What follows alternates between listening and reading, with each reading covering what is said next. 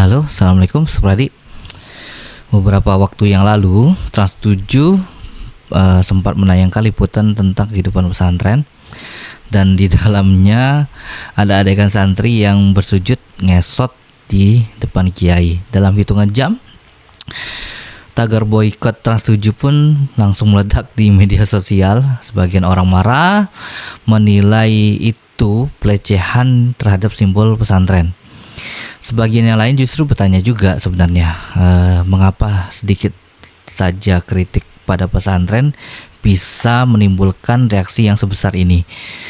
Nah, di tengah riuhnya komentar dan kemarahan, sebenarnya ada satu hal yang sebenarnya jarang kita bicarakan, bahwa kontroversi ini bukan cuma soal media Trans 7 itu sendiri, tetapi juga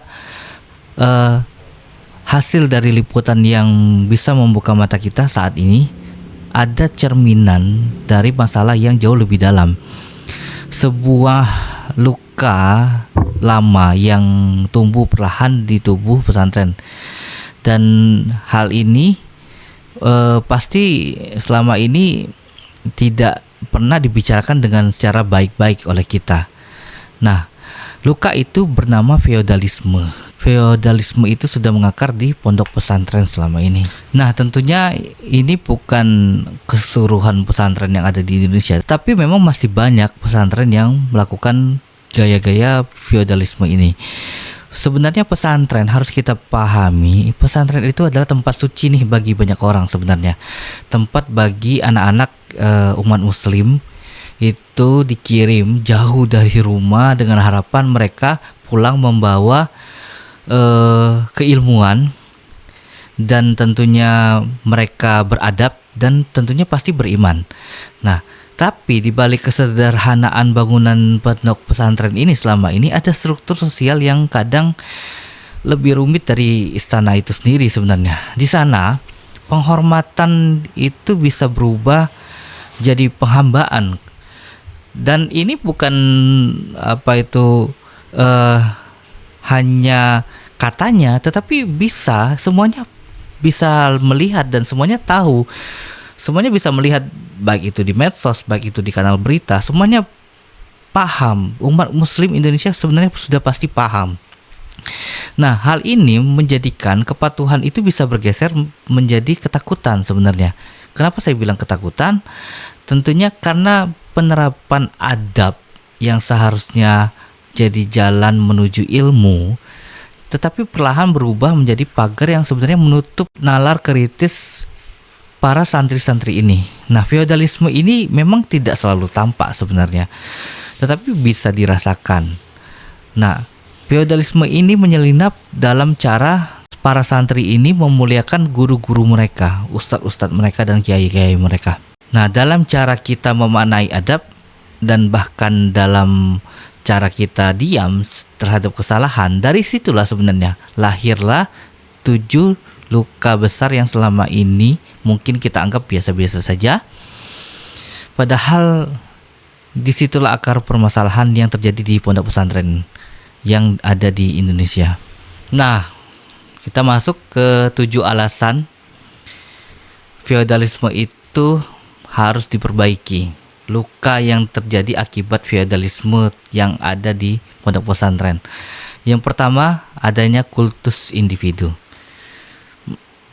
Kalau misalnya bilang, oh nggak ada itu, itu hanya cara menghormati. Itu kalian bisa lihat di banyak pesantren yang ada di Indonesia, suara kiai, suara ustadz atau suara pimpinan pondok pesantren itu dianggap mutlak.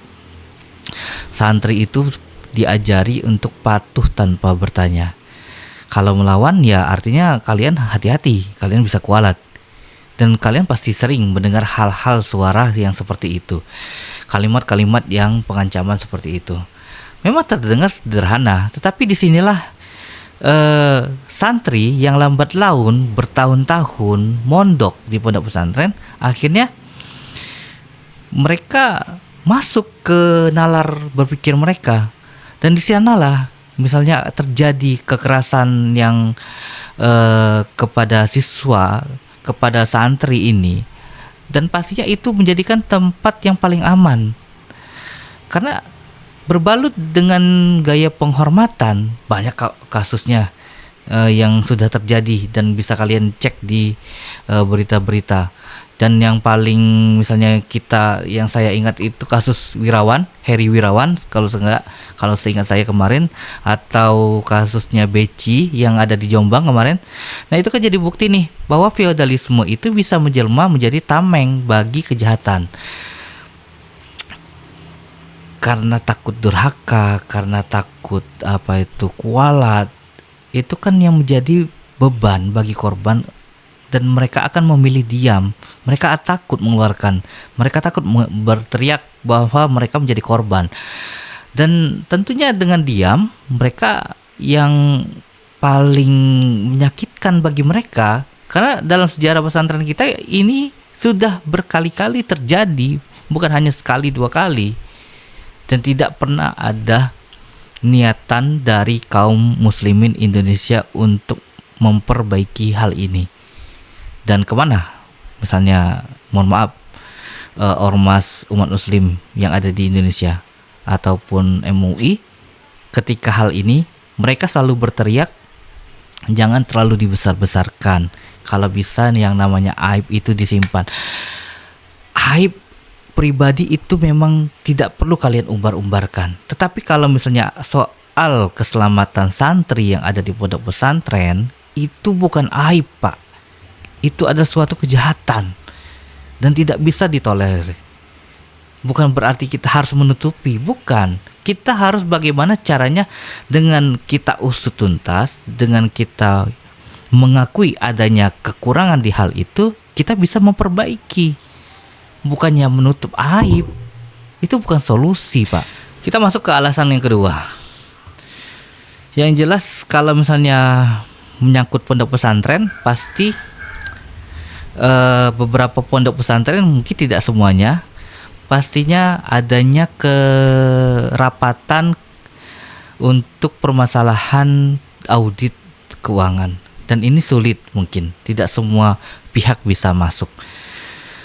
Dan tentunya setiap bulan ataupun setiap tahun ajaran baru pasti adanya aliran dana masuk, tentunya yang masuk ke pondok pesantren, ataupun di bulan-bulan tertentu ada sumbangan ataupun apapun jenisnya. Nah, semuanya itu kan dilakukan dengan niat baik nih dari orang yang memberikan, dari para wali santri juga memberikan dana pendidikan kepada pondok pesantren dengan niat yang sangat baik, dan berharap bahwa pondok pesantren dengan biaya yang sudah dikeluarkan itu menjadi lebih profesional, lebih bertanggung jawab untuk mendidik anak-anak mereka. Nah, tetapi banyak pondok pesantren yang selama ini masih mengelola dana tersebut dengan cara manual, tanpa laporan, mungkin tanpa audit. Mungkin sudah ada laporan tetapi secara manual, dan tentunya tanpa transparansi yang jelas, misalnya kepada para wali santri mungkin. Tetapi yang jelas hal ini bisa menjadi celah sebenarnya untuk masalah ketransparanan dari dana yang ada di pondok pesantren. Sebenarnya hal ini pun tidak masalah untuk disampaikan, dan tidak perlu pondok pesantren ataupun siapapun yang mendengarkan hal ini merasa tidak senang atau marah. Nah, karena pada dasarnya Islam itu mengajarkan amanah untuk masalah kejelasan dari harta kan. Nah, tetapi dalam sistem feodal biasanya pertanyakan dianggap kurang ajar. Lalu disitulah tanda kutip bisa kita duga adanya kebocoran atau penyalahgunaan dari dana-dana yang ada di pondok pesantren. Dan apakah ini juga bisa disebut bagian dari takdir? Oke, kita masuk ke alasan yang ketiga. Nalar para santri yang dibungkam. Adab itu di atas ilmu. Mungkin ada yang pernah mendengar kalimat tersebut. Kalimat yang begitu agung, kalimat yang begitu sangat-sangat baik, mungkin terdengar, tetapi sebenarnya kalau misalnya di tangan orang yang salah, ini bisa jadi racun sebenarnya. Ketika adab dijadikan alasan untuk menolak kritik, jelas itu ilmunya pasti berhenti, untuk lebih berkembang. Pada dasarnya Islam itu lahir dari dialog dan debat. Kalian pasti membaca sejarah bagaimana cara Rasulullah itu mensiarkan agama Islam. Nah, dari para sahabat juga mensiarkan Islam. Tentu adanya debat di situ, memberikan pendapat-pendapat yang masuk akal, yang logikanya bisa masuk nih kepada orang yang belum memeluk Islam. Nah, dan turun juga keilmuan ini kepada para ulama yang berani menentang cara pola pikir tertutup sebenarnya. Nah, tetapi di beberapa pondok pesantren itu ada yang terlalu feodal sehingga pertanyaan ataupun bertanya, apalagi mendebat ustadznya, itu pasti dianggap pembangkangan. Nah, dan ya, kalau misalnya diam itu lebih baik. Nah, ini bukan lebih baik sebenarnya. Islam itu mengajarkan untuk kita lebih kritis, bukan hanya mengiyakan apa saja yang sudah diucapkan oleh ustadz ataupun kiai. Kita berhak bertanya, apakah dalilnya, apakah ini masuk akal, apakah ini bisa dilakukan. Seperti itu, Supradi. Oke, kita masuk ke alasan yang keempat, adanya kelalaian yang menelan nyawa tentunya kemarin. Beberapa waktu yang lalu, pondok pesantren yang baru-baru saja beritanya muncul, pondok pesantren Al-Khazini, yang beberapa santrinya menjadi korban dan ada juga yang meninggal. Dan ya gimana ya, selama ini mereka kan tidak ada yang yang mengaudit bentuk dari bangunan mereka itu apakah layak secara konstruksi atau tidak. Nah, hal ini kan menjadi gambaran kalau misalnya pondok pesantren tidak boleh dikritik dan dianggap sebagai lambang yang suci dan tidak boleh diawasi, tidak boleh ditanyakan oleh orang luar. Hal ini menjadi mudaratnya banyak, Spradi. Pada dasarnya kesucian itu bukan tanpa pengawasan, harus diawasi. Yang namanya yang baik itu harus diawasi. Dan tentu kalau misalnya tidak ada pengawasan, justru seringkali ya itu tadi kejadian yang sempat terjadi. Lalu selanjutnya, alasan yang kelima, adanya oligarki keturunan. Ketika pimpinan pondok pesantrennya wafat, atau kiainya yang wafat, biasanya kepemimpinan pondok pesantren di beberapa pondok pesantren itu seringkali langsung diwariskan kepada anaknya. Bukan karena saya tidak menyatakan bahwa anaknya tidak berilmu, tetapi maksudnya seperti ini. Garis kepemimpinannya itu diturunkan secara bapak ke anak seperti itu, bukan karena keilmuan. Nah, tetapi secara garis darah. Nah, itu juga sebenarnya menjadi faktor bisa kita anggap gaya feodalisme itu mengakar di sebuah pondok pesantren, dan tentunya ya bisa kita sebut menjadi kerajaan yang kecil di mana tahta pun lebih penting daripada amanah. Pada dasarnya Nabi Muhammad SAW itu sudah menekankan bahwa pada dasarnya Nabi itu sendiri tidak pernah mewariskan kekuasaan. Yang diwariskan oleh Nabi itu adalah keilmuan dan tanggung jawab. Alasan yang keenam, adanya isolasi informasi. Seperti yang kita ketahui, banyak pondok pesantren yang memiliki asrama itu melarang santrinya membawa handphone. Alasannya agar fokus belajar, agar tidak terpengaruh oleh dunia luar. Jadi kita memahami soal itu. Tetapi kadang-kadang kalau sistem tertutup yang seperti ini, itu juga bisa menjadi suatu kebijakan yang berubah menjadi alat kontrol atas santri-santri ini. Sehingga ketika terjadi suatu kejadian, apalagi misalnya ada bully, contohnya ada kekerasan seksual, korban itu tidak bisa melapor langsung. Walaupun mereka biasanya melapor kepada para ustadznya, tetapi kita orang luar ini tidak bisa langsung tahu nih atas kejadian yang terjadi. Dan berita itu tidak bisa langsung cepat keluar, dan tersisa hanya ya para korban yang lagi-lagi tidak bisa berbuat apa-apa. Dan ketika pesantren dijadikan ruang yang terisolasi seperti ini, ya jelas misalnya ada kebenaran pun pasti hilang jalannya. Alasan yang ketujuh, hilangnya semangat egaliter dari Nabi Muhammad SAW. Harus kita pahami cara menghormati kepada kiai, ustadz, ataupun kepada siapapun dengan cara ngesot, untuk mencium tangan jauh gitu jalannya, jalan bebek seperti itu. Bahkan ada juga yang bersujud kepada kaki para ustadz ataupun kiai itu. Nah, itu kan semuanya kan dianggap semuanya itu adab yang baik. Tetapi sebenarnya apakah kita tidak bisa memahami bahwa Nabi Muhammad SAW itu tidak pernah mengajarkan bahwa Nabi itu harus disembah? Apalagi apakah kiai dan ustadz itu bisa dibandingkan dengan para nabi? Kan tidak mungkin kan? Nabi sendiri tidak mau disembah. Kok pertanyaan yang jadi logika kita itu, mereka membiarkan hal itu terjadi. Apakah mereka bisa berdiri sejajar dengan Nabi Muhammad? Kan itu di belakang Nabi tentunya, seperti itu kan.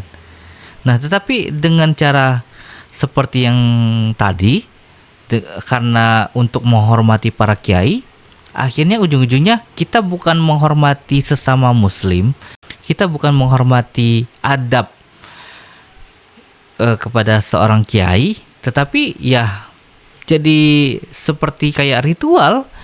Dan penghormatan yang seperti ini akan berubah jadi penghambaan kepada seorang manusia, dan bahkan menjadi kultus kepada manusia. Dan disitulah keilmuan itu berhenti memberi cahaya kepada para santri-santri yang ada di pondok pesantren. Jadi Supradi, kontroversi dari Trans 7 ini mungkin hanyalah pemantik, tetapi sebenarnya dia membuka mata kita. Memang selama ini ada hal yang sudah lama umat muslim Indonesia biarkan, yaitu feodalisme pesantren yang terbiarkan oleh mata kepala kita sendiri. Ini bukan soalnya kita membenci para kiai ini atau membenci para pondok pesantren, tetapi ini soal menyelamatkan bagaimana ilmu itu memang betul-betul ya beradab. Manusianya memang betul-betul berilmu dan beradab, seperti itu. Nah, seharusnya kan pesantren itu menjadi taman ilmu nih bagi para santri, bukan menjadi istana yang membuat para santri ini melakukan kepatuhan dan penghambaan kepada para kiai. Seharusnya pesantren adalah tempat lahirnya manusia yang beradab dan berpikir kritis tentunya, bukan mereka yang hanya tunduk, seperti itu. Dan kepada para kiai, ustadz, ataupun kepada para pimpinan pondok pesantren, saya mohon untuk bukalah ruang untuk introspeksi. Dan kepada para santri, lanjutkan adab dengan akal yang jernih dan sehat. Ya, jangan hanya menerima saja, tanyakan kalau misalnya di hati kalian atau di pikiran kalian hal itu tidak masuk akal. Beranilah untuk bersuara, karena suara kebenaran itu pasti tidak akan pernah bisa dibungkam. Karena perbaikan itu tidak mulai hanya sekedar pakai tagar, tetapi sebenarnya keberanian untuk bisa berkata, ayo kita mulai berbenah nih. Karena cinta yang sebenarnya itu adalah dengan mengkritisi, bukan dengan memuja, dengan diam saja walaupun kita tahu hal itu salah. Nah, jika pesantren adalah rumah ilmu bagi para santri umat muslim di Indonesia, maka sebenarnya tidak ada salahnya dong kalau misalnya kita bersih-bersih nih, kita introspeksi, ya kan? Nah, bukan dengan marah-marah, karena tidak ada hasilnya, Spradi, dengan marah-marah, dengan memboikot Trans 7, dan ingin menutup tersebut, nggak ada, tidak ada faedahnya. Yang ada hanya akan terjadi korban lagi. Jadi ya, mudah-mudahan pesan ini tersampaikan. Sampai jumpa di video berikutnya. Assalamualaikum warahmatullahi wabarakatuh.